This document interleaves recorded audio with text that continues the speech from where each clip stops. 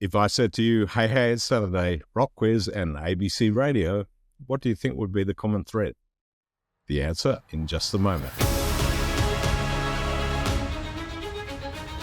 Performer, producer, host, Brian Nankervis, hello and thanks. Hello, John. This is a real pleasure to be doing this. I'm honoured to have you on it. I'm speaking to the master. No. You're speaking to someone who's hung around, who fell into showbiz and never got out. Let's go through that career, because you started as a teacher. Yeah. I was a primary school teacher for 6 years. I did 3 years, from 78 to 80, end of 1980. Took a year off to travel overseas, found myself a job at the Last Laugh as a waiter, and became very enamored with that world.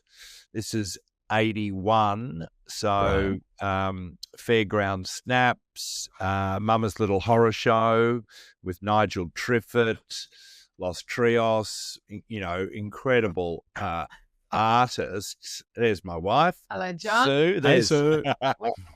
Well, nice to see you. Nice to see you. Nice cameo. Sorry. That's all right. Anything goes, John said. Absolutely. So traveled for 6 months, 5 months in America, but really got a taste of sort of that, the comedy scene in 81, but went back to teaching for another 3 years, primary school teaching. You were teaching primary school, but what were you teaching? Well, grade 3 and grade 4. So really, everything, maths, English, a bit of PE, a bit of, I did roll towards drama and English and poetry and quizzes. Mm-hmm. I used to do a Friday quiz, the Super Flying Friday quiz. That was sometimes so popular it kept going until Monday or Tuesday. I think I quickly realized that the best way to really connect with these kids was to make it entertaining. And, I sort of discovered, I think, the entertainer in me. I'd done a little bit of drama at Teachers College, not a lot. Right. I did a few drama lessons in 79 with I did a CAE drama course, which I loved, and sort of was really enjoying improvising and doing little pieces. Right. But I think being in the classroom and perhaps not being the sort of teacher who was really clearly as prepared as I should be, I like the idea of mucking around, knowing that if I made things entertaining and exciting, the kids would be focused and they'd want to be there and they would learn. So my teaching style became more and more performative or flamboyant. And the kids loved it. The parents loved it. It was a private school. So even though the headmaster, the principal, and the staff, you could tell they were a little bit shocked by this flamboyant teacher, the parents were loving it. And I quickly realized that at a private school, if you keep the parents happy, everyone is happy. Of course. And you hit the key. You were engaging. Yeah. I would do a lot of poetry. I would do a lot of writing. I would read poetry. I would get them to write poetry. We'd put on plays. We would dramatize the subjects that we were studying in other areas. So, look, I really loved it. But after the second lot of 3 years, I thought, no, I need another break. And I actually tried to get a job in radio because I'd been doing shows on Triple R. But I realised that to get a paying job in radio, I'd either have to work for a station that was a million miles away from Triple R. If I tried to work at the ABC, I'd have to, work my way up and travel. I didn't want to do that. So I went back to The Last Laugh and just really continued my relationship there and really loved it, and was invited to be part of a improvised soap opera that The Last Laugh put together. John Pinder, Roger Evans. It was called Let the Blood Run Free. Right. So it started then. Yeah. Yes, 1985. And you were Dr. Ray Good. I was Dr. Ray Good, yes. Look, all the waiters at The Last Laugh were encouraged to muck around and to dress up and to throw a bit of food around, to be, entertaining. And there was a thing called the Dunny Rave, where before the show started, after the meal, one waiter got up and did what we called the Dunny Rave, which was, where are the toilets, etc. And it became a sort of almost a competition to be as funny or to be as entertaining as you could. And we sort of egged each other on. And I loved that. And I think someone must have seen it and thought, oh, maybe he could be in this new show. So I was asked to be in it. And I was Dr. Good, the very altruistic, whiter than white doctor. There was Linda Gibson, who played the matron, Dorothy Conniving Bitch.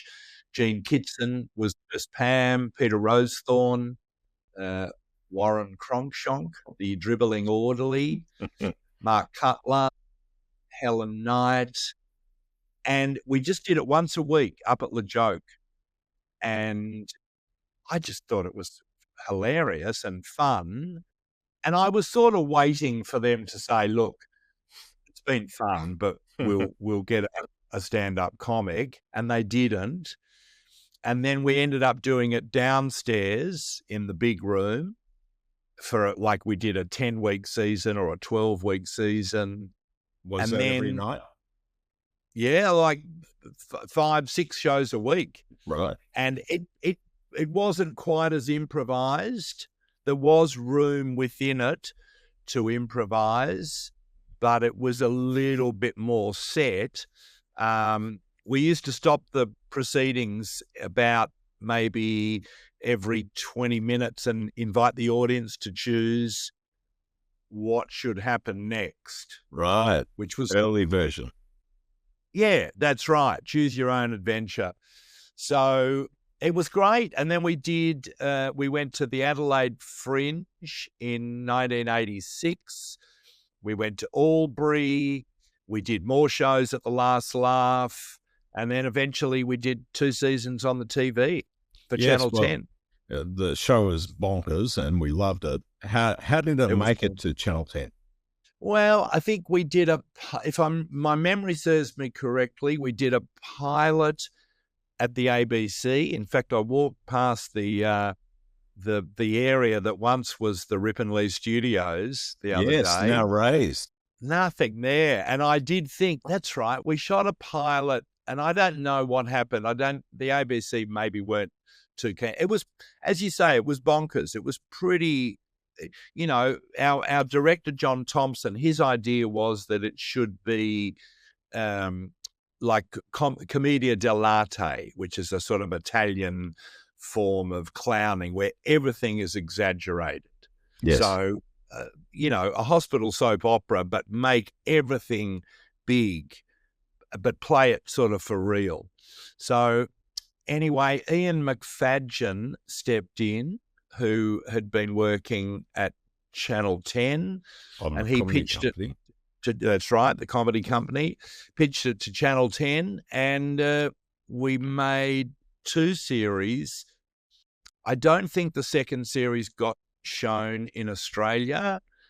We got some terrible reviews. Our favourite was from Robert Fidgen, yes, who was a Green Guide journalist, no longer with us, weirdly was a friend of my family or had connections. Anyway, he called it the worst television since 1956. Wow. Did you get the one ahead of your time? Oh, yeah, we probably got a bit of that. It was called Disgusting. And it was, we would be operating in the operating theatre and pull out sausages or mincemeat. There was blood everywhere. Warren was dribbling. Matron was running into walls. We got Dave Swan on board by then, and it was great fun. But yeah, we ended up selling it to Channel 4 in London, Spain, Zimbabwe, Italy, Poland. It actually got bought by quite a few European. I think the European sensibility maybe understood it, but yeah. So Channel 10 only showed one series. Yeah, well, it sounds a bit like a cousin to the Young Ones. Yeah, I think so. I wonder which was first. I think the Young Ones was probably first. I don't know. We shot it in 1990 or maybe 91. But yeah, it was great. It was just wonderful, wonderful fun. So experimental. Yeah, well, I suppose it was really. And it was Let the Blood Run Free, where Raymond J Bartholomeuz first made an appearance. Right. Upstairs at La Joke in late 85, we were having St. Christopher's, the hospital, was having a telethon. Mm-hmm. And so everyone had to do a little act, but and Pete Rosethorn, Gene Kitson, Lindy, they were all stand-up comedians, so they could just do a little bit. Yes. I thought, what am I going to do? And then I remembered being on Triple R. I used to do a literature show on 3RRR, and one night I interviewed a whole run of street poets, and I thought, I know what I'll do. I'll write a poem in the style of these street poets, and also, Allen Ginsberg and the beat poets. And again, I will exaggerate. I'll send it up. And so I did that. I called myself Rainbow Bartholomeuz. And someone was in the audience that night who worked at Channel 9. And she said, we've just started a new segment on Hey Hey It's Saturday called Red Faces, and I think your act would be perfect, which at the time I thought was a compliment. I realise now wasn't. Well, isn't that interesting? Most people first knew of you as Raymond J Bartholomeuz. Yeah. A beat poet on Hey Hey. So yeah. I mean, that's the thing, John. I suppose for the first few years, I thought I'll go back to teaching. I really liked teaching. It was very solid. My parents liked it. I liked it. I liked the classroom. I liked the atmosphere in the staff room. I liked the idea of spending a year with a group of students and watching them grow and being a part. I really did love it. When I went on Hey Hey It's Saturday, I didn't really. I mean, I cared, but I didn't feel like this is it. I've got to be in showbiz. So I think that probably helped because I didn't have any training or I didn't have a lot of experience. So the stakes were lower because you didn't care so much. Yeah. But what I did have was 6 years of teaching and, 6 years of entertaining, trying to get their attention, trying to inspire, trying to teach. Indeed, you mentioned you did poetry as a teacher. Oh, yeah. I did lots. I would read. I would, find poems that were really excellent, Roger McGough, an English poet, Adrian Henry, Spike Milligan, obviously, lots of those classic poems. And I would always try and slip in some serious stuff. I did English literature for my year 12. And so I love Browning and I love Walt Whitman and I loved all those beat poets, because I love Dylan. And so through Dylan, I discovered, Ginsberg and Lawrence Ferlinghetti and Gregory Corso and so on. I went on Hey Hey It's Saturday and did Raymond J Bartholomeuz. Red tried to gong me off. I refused to be gonged. Everyone thought that was pretty funny. And then they said, do you want to do another poem next week? And then, okay. So I had to write another poem and then did another one. And then I started getting offers to do stand-up. Well, if you can put together 15 minutes, yes, you can do a spot at Le Joke. So I started working at Le Joke and, the Espy was a bit later, the Dick Witt, all the comedy rooms that were happening in Melbourne. And it was fun. It was so liberating after teaching. And as I say, I love teaching, but it was you had to follow the rules to a degree. Yes. So this was just great. And I just hung in. So you became a semi-regular on Hey Hey, which obviously did the live shows. Oh, totally. That's the thing. You walked onto Hey Hey It's Saturday and you were in about 1 million lounge rooms. Yes. All around Australia. So I was getting, what's his name, Fideli, who ran the Sit Down Comedy Club in Brisbane. So I used to go to Brisbane and do gigs. Went to the Harold Park,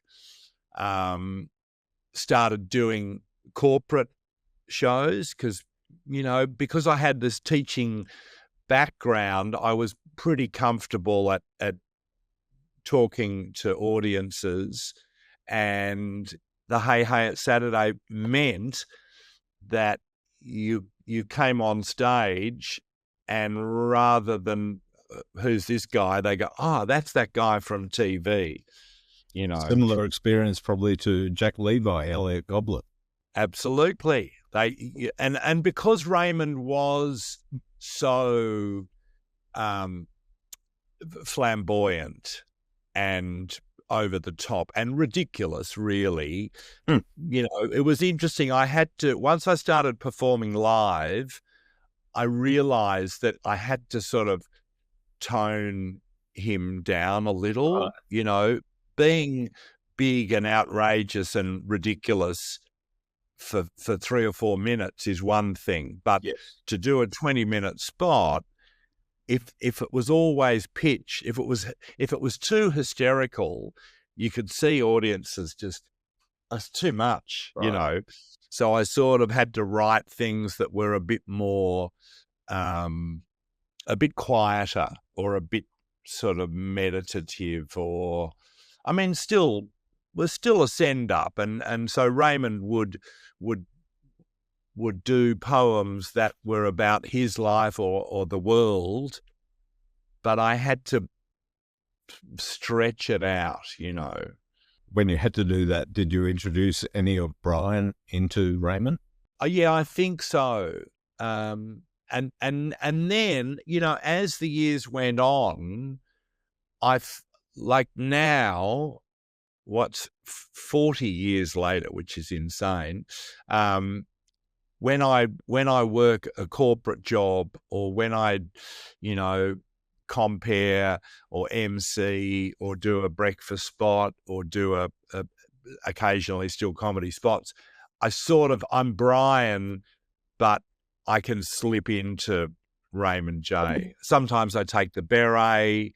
Other times I just say, look, you might remember when I used to be on Hey Hey. That's the thing too. People's memories are very strong. And as I reckon, as the years go by, more people seem to remember Let the Blood Run Free or Hey Hey It's Saturday, and they remember it with rose-coloured glasses because, they say, oh, Raymond J was incredible. Well, not always. There was probably some nights where it was too weird or it was too off the wall.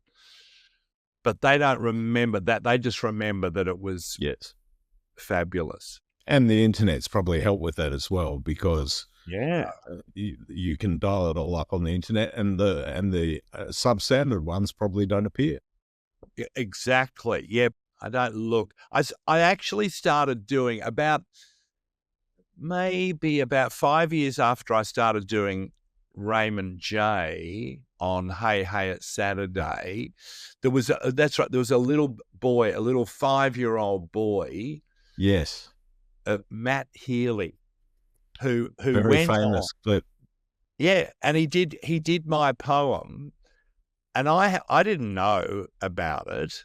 People used to think, was that your son, or did you train him? Or apparently his mother had taped the best of Red Faces, and he just watched it, and he became obsessed with my poem. 5 years old, and he started to learn it, and he would wander around the house reciting Days by the Ocean. And, Mum and Dad would trot him out at, Uncle Bruce's 50th birthday party. Matt, do that poem. And then somehow his parents contacted Hey Hey and said, hey, we've got this 5-year-old boy. He can do a poem by Raymond J Bartholomeuz. Great. So he went on. It was bizarre. And then I went on the week later, we did a duet. Yes. And then a few weeks later, we did another one. And so that sort of put me back, because I think I'd stopped Hey Hey for a while, maybe after Let the Blood Run Free. I think there was a bit of, hang on, you're on Channel 10. Surely you're a Channel 9 guy. I mean, so they never stopped me. I think maybe there was a sort of a reluctance to embrace someone who just spent, a while doing, I don't know. But anyway, it got me back, and then I started doing school shows, and I got a 1 hour poetry show together. And I could do a bit of Raymond. I could do some storytelling. I could talk about fleeing the classroom, taking a big risk, writing poetry. I could help the kids write poetry. I could read other poetry. So I had a 1 hour show. All your experience and I did combined. That. Yeah. And because I was a teacher, I felt comfortable in that school environment. And when I first started, I would do secondary school, year 9, year 10. And because I was on Hey Hey, they would sit up and take notice. Anyway, I did that. I still do them, and I love it. Yeah. Do you drop in and out of character? Yeah, I think I do. I do tend, when I do a school show, I take the beret, but it's hard. It's harder now because none of the school kids know who Raymond J Bartholomeuz. The teachers do. Yes. And sometimes the really good teachers will prepare, and they will play, they'll go on YouTube. And also, as I found, and the internet is playing its part in educating the youth. Completely. Yeah, that's right. So the smart teachers will do a bit of background, but often they don't. And so I've got to be fully aware that these kids have no idea who I am. I like that. I like the challenge of, okay, I've got to win over, there might be 200 kids from prep to year 3, or there might be 200 year 5 kids or the whole school. They might say, oh, we got the whole school together, which is not great, because what makes the preppies laugh won't make the grade 6s laugh. Yes. And what makes grade 6s laugh completely goes over the head of the preppies, and then they all start crawling over each other and, talking and getting up and fainting, vomiting. It's really good training. You keep your chops up.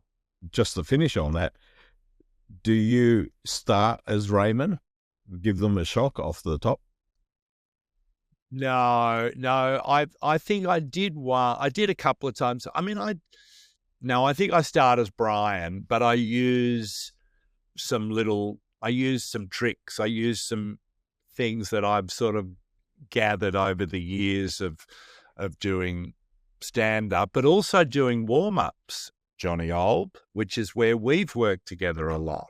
Absolutely, and not only warm-ups, but on Jimeoin. I reckon through Jimeoin, not only did I start doing warm-ups because Michael Pope was sick one night, and this night I didn't have much, so I thought, why not? And so I did some poems. I think I wore a beret, but I also did some quizzes, and I did a music quiz. I remember I went home. I can see the room, and I on cassette I put the first 3 seconds of about 15 songs, took in a little ghetto blaster, got the sound guys to put a microphone next to the speaker, and got someone to press play and pause, and the audience had to identify the song title and the artist. I think was sort of the beginnings of RocKwiz. Really? Yeah, well, because Peter Bainhog, who was one of the producers, got together with Kenny Connor at Renegade in 2002, and they wanted to put together a pilot for a music trivia quiz, a music quiz on TV. And then Pete rang me up and he said, you used to do those quizzes on Jimeoin when you did warm-ups. You're into music. Would you like to be part of it? And so, yeah, that was how RocKwiz started. Wow, that's a revelation to me. There are so many facets to you that we have to talk about, but RocKwiz is obviously a huge part of it. Too many. But let's talk Jimeoin, because you were part of the ensemble, as you say, and that's probably where we first met. You were part of one of my all-time favorite sketches. Do you know what I'm going to say? Oh, I think was this the one where we all finished lyrics? No, that's also a favorite. One of my all-time favorites is the toy shop sketch. Do you remember that? Wow. We had a Mad Max style chase, a car chase, and Glenn and Bob were cops chasing you in toy hats, and there were police dogs, toy police dogs, and it was just magnificent. That was incredible, because I remember auditioning for Jimeoin. I think he quite liked Raymond J Bartholomeuz, and he thought, we were pals. We'd sort of hung out a bit, there's something about that Melbourne comedy community. Yes. You'd hang out. You might go to Brunswick Street after a show. You might end up at Simon Rogers' house in St Kilda and play frisbee on a Tuesday afternoon with Andy Goodwin and Tim Smith and Peter Rosethorn. It was very collegiate. There was a lot of hanging out. And Jimeoin must have thought, oh yeah, he'd be good, because he was gathering a team, because there was Jimeoin was the star, Bob Franklin was sort of the co-star, and then there was this team, me, Glenn Robbins, Dana Reed, who now directs The Handmaid's Tale. Sean McAuliffe. Who Rachel else? Griffiths in the first series, which I didn't do. Yes. Rachel Griffiths, Brad Oakes, Dave O'Neill, definitely. Michael Beach in the second series. What a joy to hang around those guys. Even just having lunch upstairs at Channel 7 with Glenn Robbins was always entertaining. Well, Glenn has appeared on every successful TV show. Yeah, that's right. You name it, Glenn's been on it. So I just love Glenn because Glenn's one of those comics that a bit like he reminds me a bit of Jerry Seinfeld. He loves the analyzing. He loves analyzing a joke, how a joke works. What if you start there? Hang on, if you go too fast there, great, fascinating. And he knows everyone, and he always gets it right. Remarkable. Absolutely.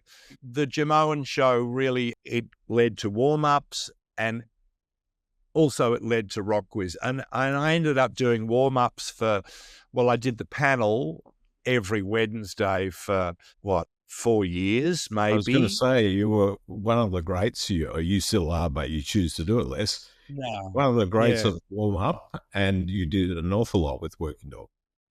Oh, yeah. Or the panel for 4 or 5 years. Thank God you're here. Good you're here. Nunawading, the Showgrounds, I think. We did that massive series when it moved from 10 to 7. We did a massive series at the Showgrounds. Yeah.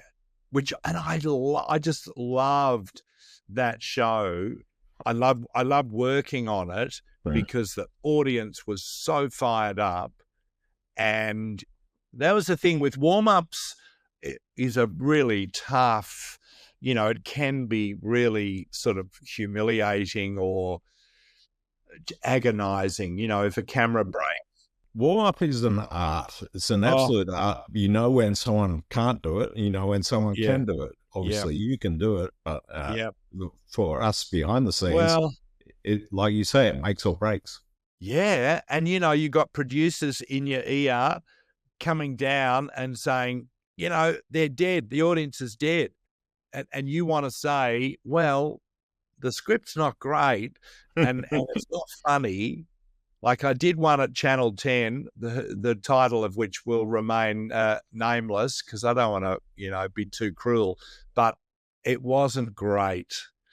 And I remember people leaving the room in droves and a producer running on, knowing, because, if you've got 200 people laughing and then suddenly you've got half that number, even if they're laughing, it's a totally different sound. So you know what it's like. You can't marry them.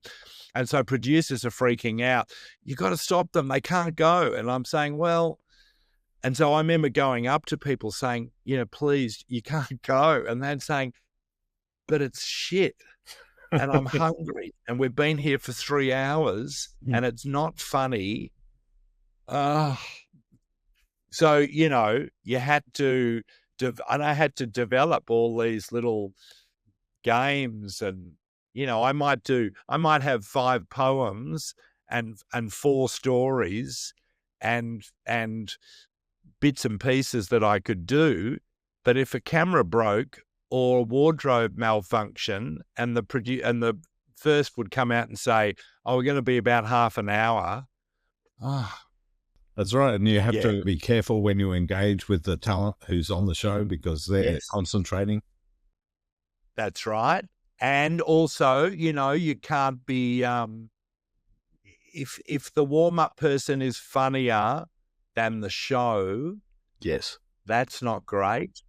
I liked it because I felt like I was part of the crew. Yes. And I really love that. I love one of the things I love about showbiz is the sort of the backstage, the crew, the lighting people, the being a part of a team. I really love that even now, But I remember if you were doing that for the panel, for Thank God It's Here, for Sean McAuliffe, for Lano and Woodley, who else did I do? Oh, Bert Newton, I did a couple of years. Denise Drysdale, I did a couple of years. Working with them was one thing, but working with a show that wasn't necessarily that great was really hard. And you engaged in the foreplay and you hand over the orgasm. True. The other thing about doing warm-ups was early on, I think it was after Jimeoin, I did 4 quarters, like a Friday night football show at Channel 7, and I was asked to do the warm-up, and I started going out into the foyer. I think something happened one night, because normally you're in the studio, everyone says, okay, let's go, let's let them in. And the audience comes in and you start. Well, one night we had to tell the audience that we were going to have to wait for 10 minutes. So I said, oh, well, I'll go out. So I went out into the foyer and I told them that we weren't going to start. And then I just started mucking around, not necessarily with the whole group, because let's say there's 200 people in the foyer. Yes. And so I started mucking around and chatting, and I thought, oh, this is quite good. This is quite good fun. And then once they came into the studio, I knew they knew me because I'd been clowning around in the foyer. I knew the ones who might be fun. I knew the ones to stay away from. I'd learned, because I might have spent 10 minutes in the foyer. Anyway, as the weeks would go by, I would go out earlier and earlier, and I would go into the street and greet people as they got out of cars, and I would do little games in the foyer. Which I would say is very valuable. Oh, it just made it was harder. Well, it was not harder, it was longer. So you were adding a 20 minutes to the gig, but it meant that once you got inside, they were already a bit warm, and they were already a bit excited. And so now, for the last 20 years, whenever I do a gig, pretty much whenever, certainly corporate gigs, certainly RocKwiz, I go out into the foyer or into the, corporate gigs, they seem to always have drinks in one room before they come into the big room. And so I say, look, I might go out and hang around with them in the foyer. And they go, oh. And I say, yeah, it works. It works better for me. And so I do that every time. And RocKwiz, when RocKwiz started, I would go out onto the street on the Esplanade out the front of the Espy and muck around with people. And it sort of changed the way I work. And you talk about your warm-up, and you forged a great relationship with Working Dog. Yeah. When you appeared on camera for them, you subsequently fronted the show Pictures of You on Channel 7. Yes. It's often forgotten as it only did one season. I know. It was a bit of a mystery. I think it rated reasonably well. It was pretty cheap to make. The reviews were good, but we only did one season. And I don't quite know why. Because I love doing it. It was, well paid, having spent 5 or 6 years as the warm-up person for Working Dog, to suddenly be the front person. Yeah, the front person. It was great. It felt like I'd really stepped up. And I used to do my own warm-ups. I remember that. I would go out, and that was good. And so then when it never got renewed for a second season, that's when Have You Been Paying Attention started. And so I was back to doing warm-ups. I remember it just felt slightly, even though I liked warm-ups and I would, like being part of the crew, all that stuff I said, there was something a bit odd about going from the front person back to warm-ups and back to having, someone, producers in my ear saying they're not laughing enough, they're dead. And I went, yeah, maybe it's time to move on. Yes. Well, you were clearly bitterly disappointed by that. You told TV Tonight at the time it was seemingly received well. Yeah. The critics loved it. People loved it. The figures were pretty good. It got moved around a bit, which was a little frustrating. That's right. Exactly. So how come we're not still doing it now?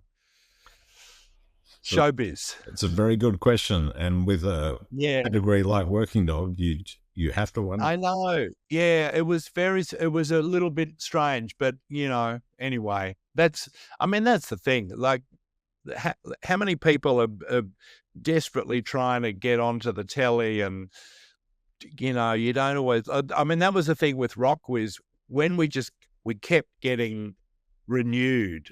And so we did 1 season, 2, 3. I think we did 12 seasons in the end.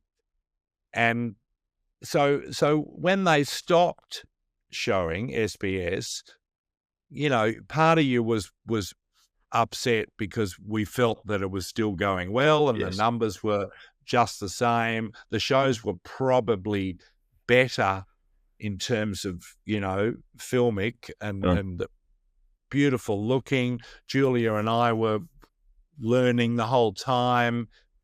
It was easier to get guests because people knew about us. It was like, hang on, can't we keep going? And then they said, no, we're going to put our money elsewhere. So part of you thinks, well, we got 12 seasons, and that's incredible. It is incredible. Coming up in part 2, well, let's talk RocKwiz. You co-wrote and co-produced the show, and you appeared in it, obviously, as the adjudicator. Yeah. So once and for all, can we please have the definitive account of the show's genesis and how you ended up at SBS and what went down with the ABC? Yes, indeed, John. Every network said no. And he comes back and he goes, no, we'll do that. However, SBS has a charter that we have an ethnic audience, and so your host, Brian Nankervis, is not quite right.